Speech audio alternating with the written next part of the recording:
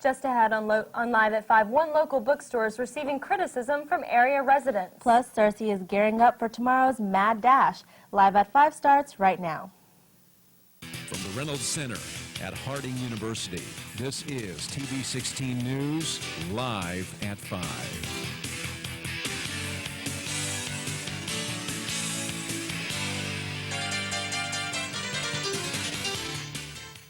And thanks for joining us. I'm Whitney Leach. And I'm Adia Bess. Topping our news tonight, one Searcy bookstore is under fire from local residents. Some members of the community feel that it's selling questionable material. TV 16's Jeremy Berg has the story. Of White County would like to be known for being pure. Stephen Edelhuber, a board member of Concerned Citizens of White County, explains. What we want to accomplish with this program is to get the obscene material that is in Books A Million out of town. There are a couple of books in particular, some of the sexuality books. Some are good and some are obscene. And the state law states that any depiction of penetration is against the law and is a Class D felony. And so we're asking them to consider taking that material out and even screening the material so that we can keep our communities more safe, pure. There's a book also called Getting It On that's pretty rough and graphic.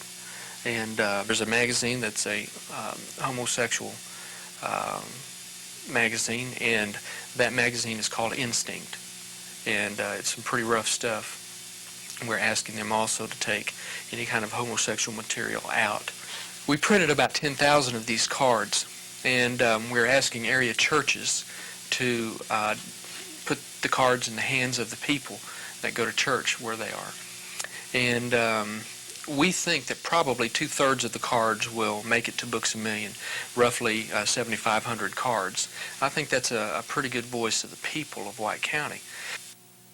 Books A Million was unavailable for comment, but did mention that they have received a little under 400 cards from Concerned Citizens. Reporting for TV 16 News, I'm Jeremy Berg.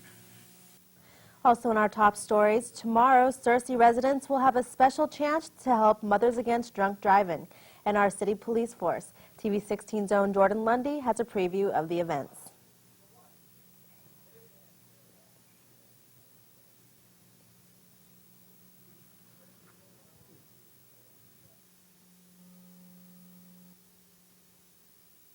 Drunk Driving will be sponsoring the Mad Dash this weekend. Sponsor Paul Pollard explains. Race that we've done to raise money to help buy equipment for the police. We buy video cameras and breathalyzers and things like that to help the police to be able to catch drunk drivers and help in the actual prosecution of the drunk driver.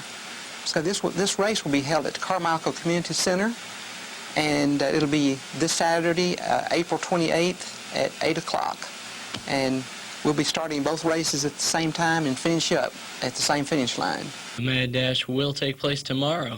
For TV 16 News, I'm Jordan Lundy. And looking outside, it was sunny and warm temperatures for our area again today. James Canterbury is in the Weather Center with a first look at your forecast. James? Thank you, ladies. Yes, indeed, warm and sunny is the trend. It's going to be the trend for the next 5 days, but this is the last time you're going to be able to see any of us this year. After tonight's newscast, we're going to be done for the semester, so hope you've enjoyed it while you've had it. 83 degrees right now. Humidity is on the rise at 30%. It's getting a little bit more humid out there as some clouds roll in from the northwest. We'll take a deeper look at that in a little bit. Northwest winds right now are looking to be about 4 to 6 miles an hour, so they're on the downside, and those are going to diminish come this evening. I'll give you more of the details and all kinds of stuff later on. Right now, back to Adia Bess and more of your news. Thanks, James. In other news, 3 people are dead and 2 others injured tonight after a shooting at a Hollywood, Florida apartment building. Witnesses say a man dressed in black walked into the high-rise and began firing a pistol at people. After a 911 call this morning, a SWAT team moved in and exchanged shots with the suspect. When it was over, the man was dead. It's not clear if the gunman knew any of his victims. The 2 injured women are both in critical condition, and they are undergoing surgery for the gunshot wounds at the Memorial Regional Trauma Center. Residents of the 12-story building were told to stay inside, and a 4-block radius of the building was cordoned off for about an hour. Also in national news, Charles Andrew Williams pleaded innocent today to 2 counts of murder and 26 other felony charges stemming from the March 5th shooting at Santana High School. The Superior Court judge rejected the defense's challenge of a California law that automatically sends the case against the 15-year-old suspect to adult court. Williams' lawyers argued that the law wrongly gives prosecutors the power of judges and subjects juveniles to cruel and unusual punishment. A preliminary hearing is scheduled for July 17th. Williams is accused of killing 2 classmates and wounding 13 other people in the attack at Santana High in the San Diego suburb of Santee. Coming up, an Arkansas teacher is charged with criminal activity. Plus, 2 local radio stations.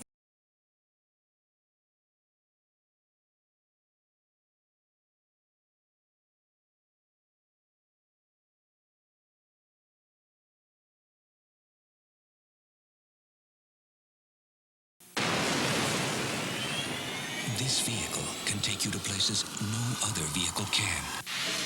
To strange worlds and even stranger life forms.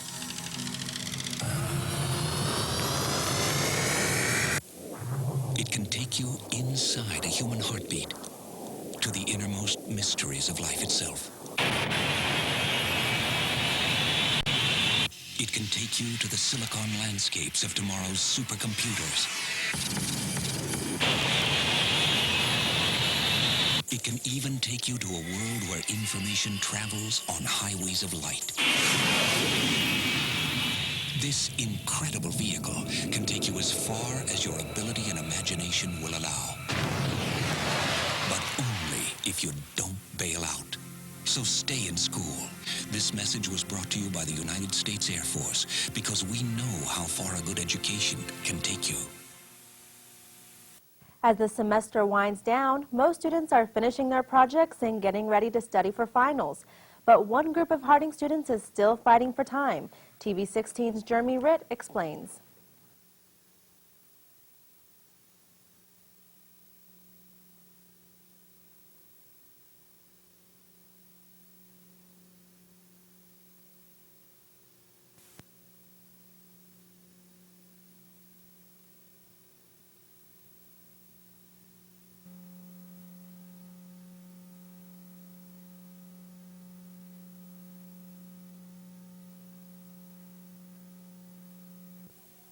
Forum, the final for Stage Combat will be held in the Benson Auditorium and is open to the general public. For TV 16 News, I'm Jeremy Ritt. Around town, what has been rumored for weeks is now confirmed. Equity Broadcasting Corporation White County radio stations will change ownership. The ownership will be passed to Dan Caldwell, his wife Terry, and his son Kit. The Caldwells previously owned CDF and Associates, a marketing business which he sold last year. The terms of the transaction remain disclosed at this time. The other stations located in Searcy, KKSY, AM, and FM, will also be picked up by the Caldwells. State news tonight, a Little Rock woman is sentenced to 20 years in prison for the murder of her boyfriend. 26-year-old Martha Owens was convicted of second-degree murder and the shooting death of her boyfriend. Prosecutors say Owens shot her boyfriend because he refused to supply her with the drug she wanted. But Owens' attorney, however, claims her life was also taken because of her drug addiction. Also around the Natural State, a Heber Springs teacher is charged with criminal activity involving 2 of her students. High school English teacher Suzanne Harris allegedly offered margaritas to 2 of her students, both minors, while they were at her house. A special prosecutor has filed 2 charges of contributing to the delinquency of a minor and 1 count of furnishing alcohol to a minor. The investigation stemmed from a separate allegation against Harris, claiming she had a sexual relationship with a high school senior she was tutoring. Harris has denied all allegations. Around the nation tonight, President Bush returned to the capital of his home state of Texas today. Bush spoke at a dedication of a history museum honoring late Lieutenant Governor Bob Bullock. And as he approaches his 100th day in office, Bush took time to reflect on how well he has adjusted to Washington. In the last 97 days, I've done my best to take the values I learned here in Texas to the debates in Washington. And there's a way yet to go, but I think we're making some progress. The tone is more civil. The respect is more widespread. I think Bob Bullock would be pleased. Bush developed a close friendship with Bullock after he became governor in 1995. Bush honed his skills as a bipartisan politician after working with Bullock and the Democratic legislator. In Puerto Rico, protesters clashed with the U.S. military today. They are demonstrating against the resumption of military exercises. The war games resumed today with jets dropping dummy bombs and ships shelling in the area. The exercises were temporarily halted when a group of 8 protesters managed to breach the war game zone by boat. But yesterday, a federal judge refused a request by the Puerto Rican government to block the naval maneuvers. Around the world, there is good news for Britain tonight. The country's government has cleared 2 people suspected of having the human form of foot and mouth disease. But as CNN's Finola Sweeney reports, foot and mouth still poses a serious threat to the livelihood of many farmers. British slaughterman Paul Stamper has tested negative for the human form of foot and mouth disease. It had been feared he'd contracted the illness after close exposure to an animal carcass during mass culling of animals suspected of the disease. I'm delighted to say that he's been given the all clear. As you know, to get this disease at all in humans is extraordinarily rare, although it does happen from time to time. 5 other people are still awaiting test results expected sometime next week. Meanwhile, a survey by the Farmers Weekly magazine shows as many as half the farmers whose animals have been affected by foot and mouth either plan to scale down their business or get out of farming altogether. An opportunity perhaps to reassess the state of the industry. They should sit back and think quite seriously about the future of their farming business, how it could be improved, what they need to do to improve it, how they need to get in touch with markets more perhaps, and supply what markets actually want. Signs that the spread of the disease is slowing. The government recently eased its policy of automatically slaughtering healthy cattle on farms close to areas infected by foot and mouth. Now local vets can decide what to do. But the impact of foot and mouth disease has been felt far beyond Britain's farming industry. Tourism here has suffered as images of burning carcasses deter international visitors. As many as 300,000 jobs are at risk. It's only affected something like 2% of our livestock industry. The countryside is open. Britain is open for business, and one can have a delightful holiday here. So the government is working hard to get its message out. The decrease in the number of new cases, the lifting of restrictions on the movement of animals, as well as the change in slaughter policy, all part of a concerted campaign to say the worst is over. Finola Sweeney, CNN, London. Just ahead, James Canterbury will have a look at your forecast. But first, here's a look back at this day in history.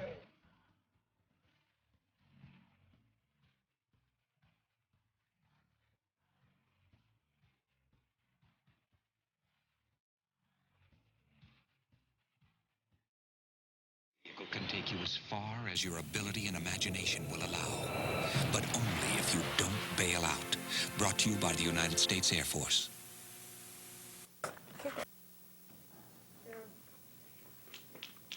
Sorry, I didn't know you were there. Welcome to TV 16 News. Thank you for joining us. We now have our final forecast for the weather for the rest of the semester. And let's take a look at the current conditions. As we see, we've got those 83-degree temperatures. Now it's dropped to 81, but our wind is picking up now. It was about 3 miles an hour a little bit earlier. Now we're seeing right now, this second, it's 11 and 12 miles an hour out of the northwest, so winds are picking up. Barometer is still falling from 29.95 inches of mercury, and our humidity is on the rise as we have some what we like to call popcorn thunderstorms are entering the area, and they're going to be dropping the temperatures slightly, but our chances for precipitation go to about 10% tonight over White County, so it doesn't look like we're going to be seeing too much of a threat of any torrential rain. Here now is the situation for our current surface map. Here's this cool front here, this cool air mass that's approaching out of the north, and we've got a line of showers and thunderstorms here across the Great Lakes region. This is Illinois, Missouri, and Iowa, and that's going to press down, but this high pressure is going to push it away, so we could get a little brushing of this cooler air, and that's what's helping to spur some of these popcorn thunder showers. If you look outside your window right now, you're going to see some small cumulus clouds that are going to be popping up here and there. That's why we call them popcorn thunderstorms. They usually come up around the afternoon hours, and usually by the day's heat have spawned some clouds here. And here they are here, these clouds that have come from the northwestern, or from this cool front here out of the northeast and out of the central plains here. And it's kind of spawning some showers here. None too severe. We have a slight chance for a scattered shower or two at best, and that is accompanied by 1/4 inch hail if the thunderstorm happens to come by, 25-mile-per-hour winds. Nothing really damaging, but this is not going to be too much of a threat for us at all. Now taking a look a little bit deeper into the next picture, which is going to be the little bit deeper look with our radar and satellite composite. Watch the thunderstorms pop up here in this northern central portions of the natural state. Mountain Home, you're right between two little masses of some showers there, but it shouldn't be too hard pressed for precipitation in White County if it does get here at all. If it does get here, it'll take about I would say within 10-20 minutes, because there's already some scooting down into extreme western portions of the county tonight. So let's take a look now. Let's see where this cool front is, and you can notice where these temperatures change drastically. Here's a 69-degree temperature, here's an 80-degree temperature, so you've got quite a bit of differentiation here between the hotter air mass and the cooler air mass. And as this comes down, you're going to be seeing these temperatures kind of come down just a little bit, not too much though, and because this high pressure back here is going to push this off, so you're going to see a little bit more of cooling trend of the air here, kind of in this pattern, and it's going to just kind of brush on by. We're never going to hit this front directly straight on, as you're going to see here. Here's the current surface map. Watch the high pressure kind of scoot it by.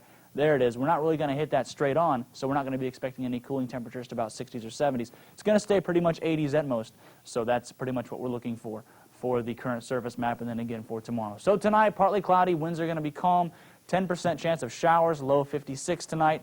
That's pretty much where they normally are, maybe a couple degrees on the warm side. Tonight, then, we're going to be giving off to tomorrow, which is partly sunny skies, mostly sunny skies because that high pressure is going to scoot everything on its way, high 84, and winds minimal, 4 miles an hour. And tomorrow night, pretty much the same thing, partly cloudy, however, low 57, and once again, winds are calm because the high pressure scoots it on out of the way. 5-day forecast looks like this. We've got a lot of 80s, a lot of partly sunnies going on. So that cool air is not really going to give us any relief from the heat here. We've got a pretty hot weekend ahead. So partly sunny and 80s. Good chance to get out to Heber if you haven't been there yet and enjoy some outdoors activities. Back to the desk and more of your news. Coming up in health news, we'll have some tips to help you get the nutrition you need even if you don't eat meat. Plus, the UN is trying to find ways to combat the AIDS epidemic. Next on the Health Beat.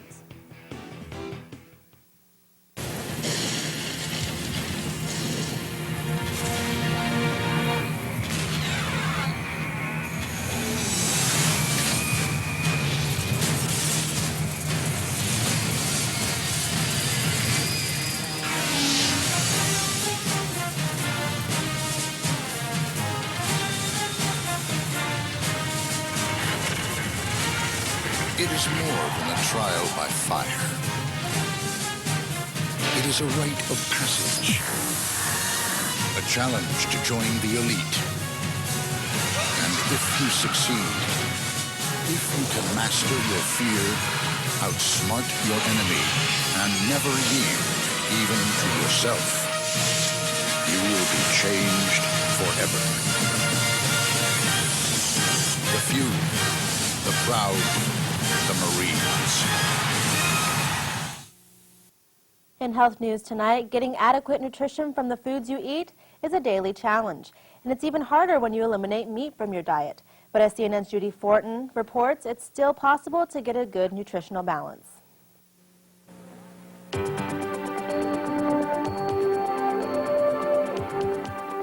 Maintaining nutritional balance while limiting meat in your diet can be tricky. It's possible to have a healthy, balanced diet that is very low in animal foods. Even people who are on vegetarian diets can be healthy and get all the essential nutrients if they are somewhat careful. Dr. Andrew Weil, well-known author and alternative medicine advocate, says with careful planning, you can cut out meat and other animal products that are traditional sources of protein without compromising your health. You can replace dairy protein with soy protein, for example. I recommend reducing the percentage of meat in the diet and adding more fish and more vegetable proteins. A dietitian or your doctor can advise you on the proper way to balance your nutritional needs. For your health, Judy Fortin. On the Health Beat, the United Nations is trying to find ways to fight the worldwide AIDS epidemic. The UN Secretary General Kofi Annan is proposing the creation of a global fund to fight the disease. In a speech to the UN summit in Nigeria, Annan said at least $7 billion is needed annually to fight the disease in developing countries.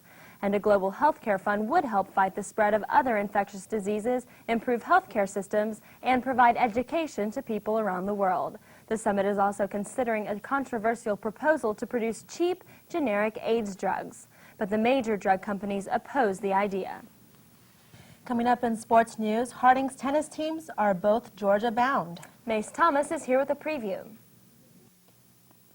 A long-time Harding record was broken. Regionals may be in the future for a certain sports team, and the NBA had a 12-round fight yesterday.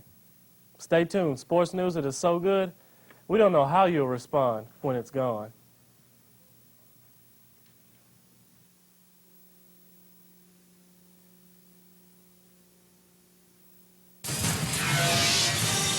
It is more than a trial by fire. It is a rite of passage. And if you can master your fear, outsmart your enemy, and never yield even to yourself, you will be changed forever. The few, the proud, the Marines. Thanks for joining us. Harding track star Jacob Roch participated in his first 10,000-meter race this season. The results show that he should have competed in all of them. Roch broke the Harding record of track star Jim Crawford with his time of 30:37.69 in the prestigious Drake Relays. This was the second oldest track record on file at Harding. This qualified Roch for the Division II Nationals that are held at the University of Southern Illinois.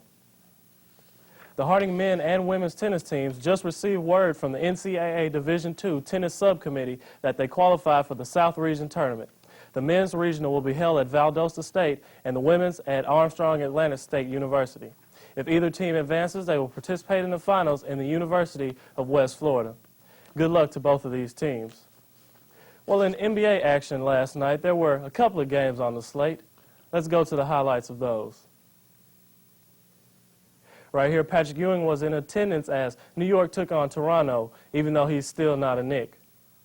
Early in the game, Vince Carter going for 2 points, 2 of his 41.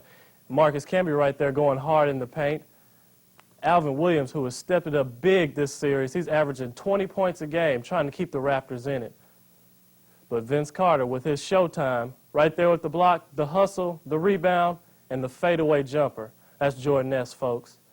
Vince Carter putting up the amazing 41 points, and right there, another one of his 8 assists to Oakley. And then Alvin Williams taking it to the hole strong. Toronto would be all game in this game. Vince Carter right here, he's got more rolls than the Pillsbury Doughboy, taking it for 2 and the foul. The Raptors would be on top at the end of this game, 110-94. Well, in the next game, this was definitely NBA action, but it wasn't basketball, it was National Boxing Association. Right here, Rick Fox, the nice crossover on Scottie Pippen and taking it in on Sabonis. Now that's hard in the paint, folks. And then the pass down low to Horace Grant. Can't get it to fall, but watch the Lakers hustle. As Kobe Bryant comes up with the rebound, gets the shot, going off the glass. 2 more of Kobe's 34 points. The pass right here to Shaquille O'Neal. He can't be stopped, folks. Now, the boxing pun, well, there was a lot of boxing in this game as players were into it all night. A total of 5 Blazers were ejected. And Shaquille O'Neal right here not taking any of the Blazers' mess. And the bow right there by Ryder on Robert Horry, excuse me, that's Davis, and he would get ejected after that. And Scottie Pippen with the hold. This game was just really horrible. There was a lot of fighting. There was a lot of players ejected, 5 off the Blazers and 3 off the Lakers. But the Lakers would prevail, 110-94. On to baseball scores. Well, there was a lot of regional baseball action. In the American League, Kansas City blanked Tampa Bay 6-0. Detroit was on top of Baltimore 8-2. Boston blanked Minnesota 2-0. Cleveland was on top of Anaheim by 1, 6-5. Seattle defeated the Yankees for the second time, 7-3. Oakland up on the White Sox by 10 at the end, 16-6. Switch over to National League action as Milwaukee topped the Mets 12-8. Montreal and St. Louis had a long one. It was almost 4 hours total game time as they ended up winning in 15 innings, 4-3. The Cubs were on top of the Rockies 7-2. In other action, Cincinnati was on top of San Francisco, and even though Barry Bonds went fence 2 times, 7-5, Cincinnati was on top. San Diego blanked Philadelphia 11-0, while Arizona was on top of Atlanta 13-6. Well, it's been a pleasure doing sports this semester. Before we get out of here, I want to leave you with one last pun. I'm going to make like fabric softener and bounce. I've been working on that one. Back to you at the news desk, ladies. Coming up, one man receives mail from the dead. It's a letter that's taken decades to deliver. Next. Salva vidas, protege el medio ambiente en el Coast Guard.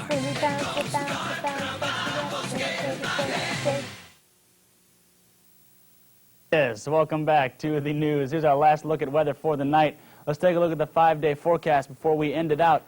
80s all the way across the board, sunny all the way across the board again, and our lows are actually higher than normal, and so are our highs. We're about, I would say, 7 to 8 degrees, in some cases 10 degrees warmer than we should be at this time of the year. We don't have any chances to see any rain in these next 5-day forecasts, but what's happening for Sunday is more clouds are going to be entering the area at a partly sunny day. We're still going to be considering a mostly sunny day on Sunday, and then again Monday. So it sounds like we're going to be having a fantastic time here. What we could do, I have a... Okay, that's what I thought, because I was looking at this and realized, it's the last day jitters. Well, you know what happened? I don't know what happened. It's this is such a lovely picture, isn't it? Yeah. Here we go. Tomorrow, that's what I was trying to get to. Tomorrow, partly sunny skies. Look for a high of 84, a perfect Heber Saturday for you at White County, 4 mile-per-hour winds. Tomorrow night, again, partly cloudy, low to 57 degrees. Winds are going to be calm, and that's going to definitely increase the fun outdoors. Now, this is the right 5-day forecast, I promise you. Here's our weekend, 84, 87 Saturday and Sunday, and all the way across the board again, 80s and upper 50s and low 60s for our lows. So no matter which, if it was yesterday's 5-day forecast or tomorrow's, it's still going to be the same thing. And that's going to be it for the 5-day forecast. We'll be right back after this. Imagínate sentirlo, ser héroe cada día, harás la diferencia en el Coast Guard. Coast Guard, trabajos que valen, busca y rescate, vidas a salvar, respondes al llamado, un trabajo que importa, donde podrás hacerlo todo. Coast Guard, trabajos que valen, imagínate sentirlo, imagínate sentirlo. Únete al Coast Guard o a la reserva del Coast Guard. Para las drogas. Salva vidas. Protege el medio ambiente. Sé un héroe cada día. Imagínate sentirlo. Podrás hacerlo todo. Llama al 1877-NOW-USCG. El Coast Guard. Trabajos que valen. Coast Guard. Trabajos que valen. And finally tonight, imagine receiving a letter from your deceased mother.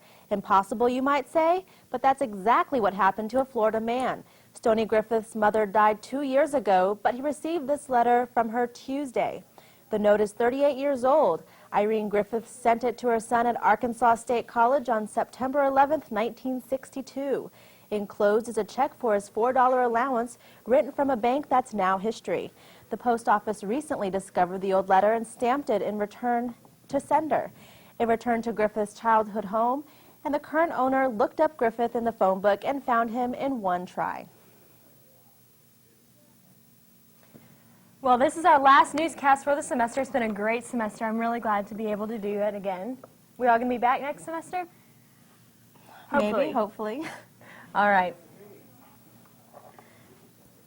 Well, that's all the time we have for tonight, and thank you for this semester. From all of us here at TV16, have a good evening, and be sure to join us again in the fall.